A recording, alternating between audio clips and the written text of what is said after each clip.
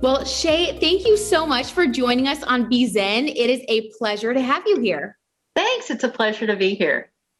So, Shay, do you mind if we dive right in? Because I am so curious about my chart, and I can't wait to share with the BZen bosses out there watching, like just what the natal chart is and all of that good stuff. So, can you tell us what you can learn about a person from their natal chart, first of all? Sure. So we can certainly see your strengths, your weaknesses, things that are going to be reoccurring cycles for you specifically, as well as cycles that go on for all of us, as the stars go around, and things that you're going to naturally excel at and things that are, going to challenge you. So we can also tell a lot about your temperament and your personality and, whether you're bubbly and vivacious or the stay-at-home type. So there's an awful lot we can learn through the chart. Wow. I feel like equipped with your chart, there's nothing you can't handle. It's very empowering. It's like a tool to know yourself better. That's definitely, Yes, and love learning about themselves, right, Shay? Right. Absolutely. So what is your sun sign before we go on? I have to know. So I am a Pisces sun, and I have what we call a stellium, which means I have 3 other planets sitting there, which makes it very, very strong.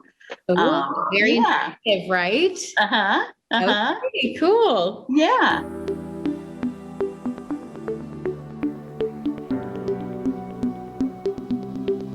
The sun is the location that the sun was in the zodiac when you were born. And that's controlled by date. So, if you're born between March 20th and April 20th, you're going to be in Aries, and so on. Your moon is where the moon was in the sky when you were born, and that's your heart. That's your emotions and your heart. And we can see this a lot when there's a full moon, right? You can hear all the sirens. You've heard all the hospitals and the police talk about, right? So, it really does work, right? It's a thing. Mm-hmm. Women are on the same 28-day cycle that the moon is on. These planets really do affect us. Question. I've been thinking about this, and I have to ask you. So the full moon coming up at the end of this month of April is in Scorpio. I was wondering, since my moon is in Scorpio, and for all the other Scorpio moons watching, does that affect us more or less or differently, or is it kind of if it's sitting real close? So if it's within 5 or 6 degrees of your natal moon, which is at 26 degrees, yes, definitely. Okay. So if it's within a couple of degrees, it definitely will. If you have, I would call that Scorpio. I have an Aries moon, which is very similar to that. That Scorpio moon is very powerful. If it gets close enough, you're going to start getting psychic or sensitive, or I would be surprised if you don't get information in your dreams, to be honest. And if you don't now, you might be able to later in life. Not yet, but I'm calling it in. But I think you could do a lot of visualization or meditation, right? Because that's in your 12th house, and that is all about the veil, right, between this world and the next, and sleep and when you're at rest. So yeah, you might start to notice that. But yeah, you would notice that if you had a moon in that sign. I have an Aries moon, and that new moon, oh my goodness, I can't believe I wasn't walking on water Monday. Were you on fire? Yeah, I really was. So it would be the same for you. It really would. And then your ascendant, so your sun sign is really who you are at a soul level, and it might be somebody that you don't take out into the real world very often, right? That's who you really are at your core. Your ascendant is the suit that you suit up on and to go out into the world. Right. So that is really how you navigate your relationships and the outside world. And so you could have like a very, very creative and right brain type of sun sign, but have some kind of an analytical ascendant or a rising like a Virgo or whatever. And you could wind up working as an analyst, but being a painter by night or something. That type thing, right? So they're all very important, and the combination of those really informs kind of the way that you go through life. Wow.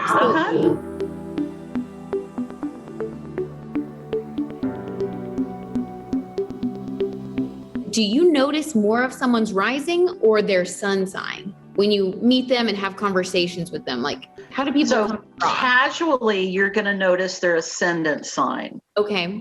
Once it's a really good friend, you're going to notice their sun sign. If they're an introvert, if they're a really extrovert, you know, they're a fire sign, a Leo or a Sag, and they have that pretty prominent, they just have such a vivacious nature. You're going to pick them off right away.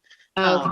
You know, when you have, like, for instance, you can have like a Leo ascendant, you almost always are going to have a big mane of hair on a Leo ascendant. It's so funny. It's really true, right? You can see a Cancer ascendant usually have really big round eyes. And so, yeah, you can definitely pick people out, but you're almost always going to notice their ascendant first because that's the face they show to the world. Okay. Interesting. Yeah. Okay. That really does help.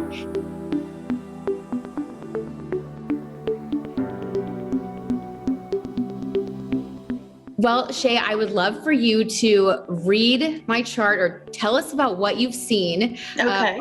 I'm happily the guinea pig for this because I love this stuff. Right. So I would love to hear what you have to say about my chart. Well, you have a Virgo sun, and it is conjunct Mercury, which is also the ruler of Virgo. So that is very, very powerful. This is also the highest planet in your chart, which makes it the strongest planet in your chart.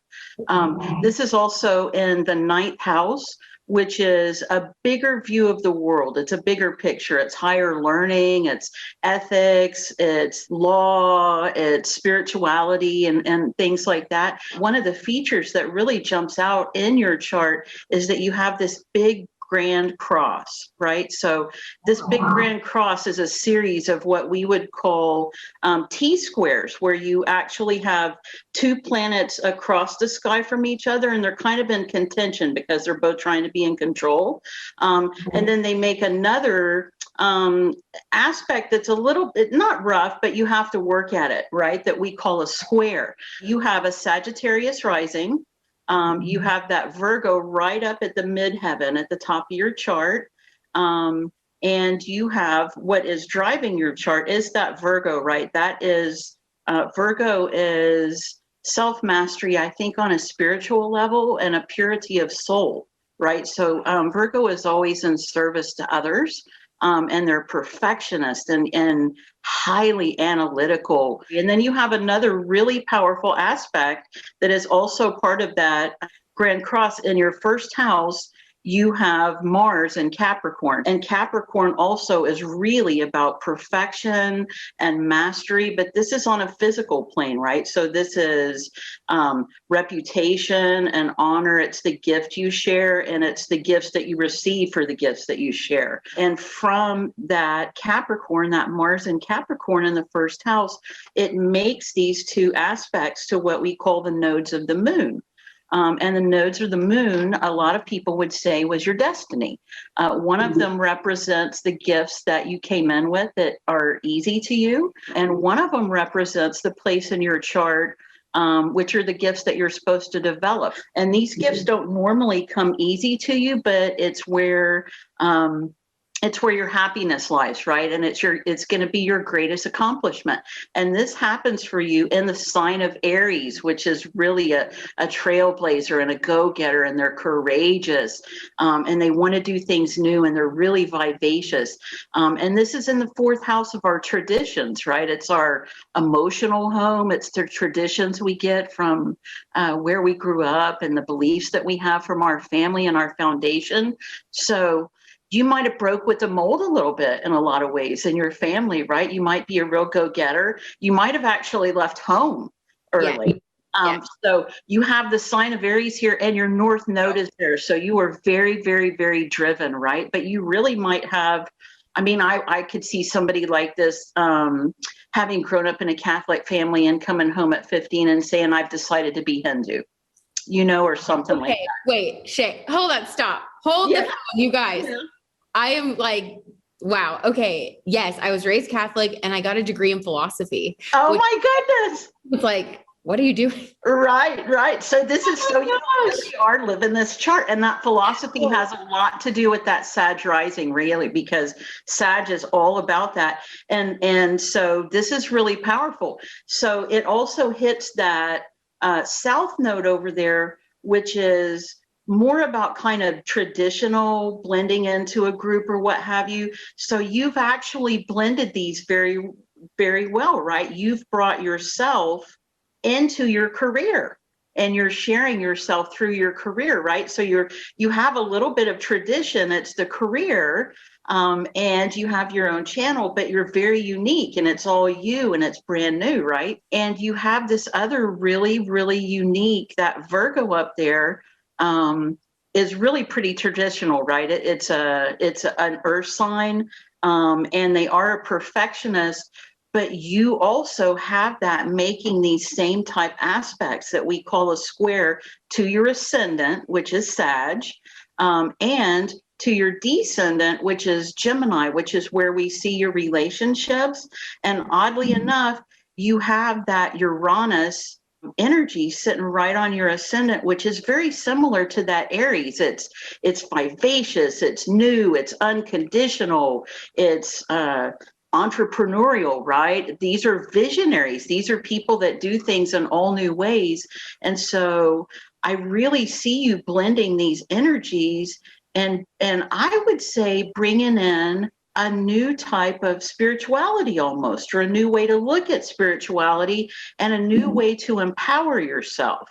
And this is the way that you make your money, but you're also really, in addition to that, and in addition to your job, this is really what you communicate about to people. And this is what you're here for, right? You have a thirst for this knowledge and you're educating people at the same time. So you're teaching and you're learning. So you also have this other Jupiter in Pisces, right? In the third house, which is communication.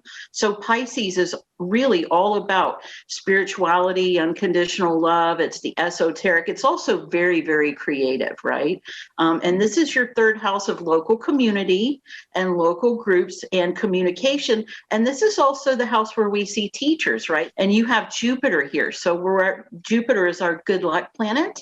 And right now, we all happen to have Neptune running through that sign, which is film.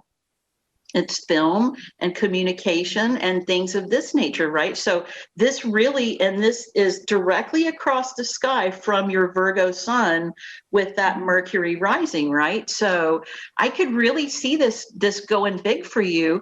And I think actually you have that Jupiter in Pisces in the third house, and you have a very secretive, sensual Scorpio moon. And I really feel like you might be exploring what the true power is behind the divine feminine. Okay. My friend Whitney and I, she's a therapist. We are launching a workshop that it launches April 21st called Divine Feminine Magic, about learning to power yourself through.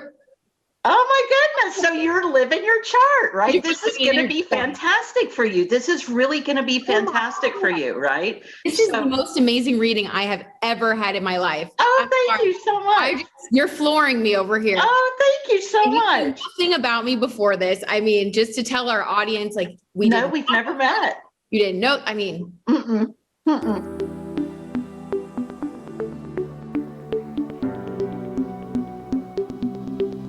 So when you're born, your natal chart is a picture of where all of the planets were in the sky when you were born, at the exact point that they were in.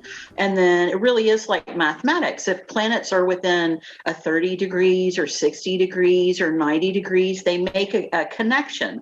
And that kind of doubles the energy or informs how those planets act. And from the moment that you're born, all of the planets continue to move around the sky. And as they cross that area where your planet was when you were born, we call that a transit. Every year you have a solar return or a solar transit on your birthday where the sun has gone all the way around the chart and it comes back to the exact place on the day of your birth.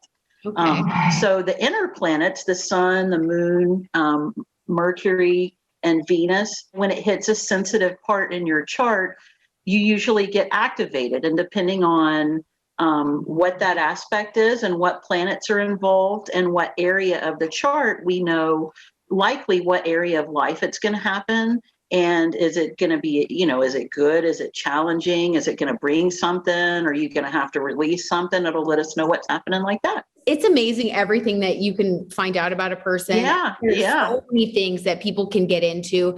Right. Beyond just like the sun sign. I feel like a lot of people will read their horoscopes and they kind of think that that's what astrology is.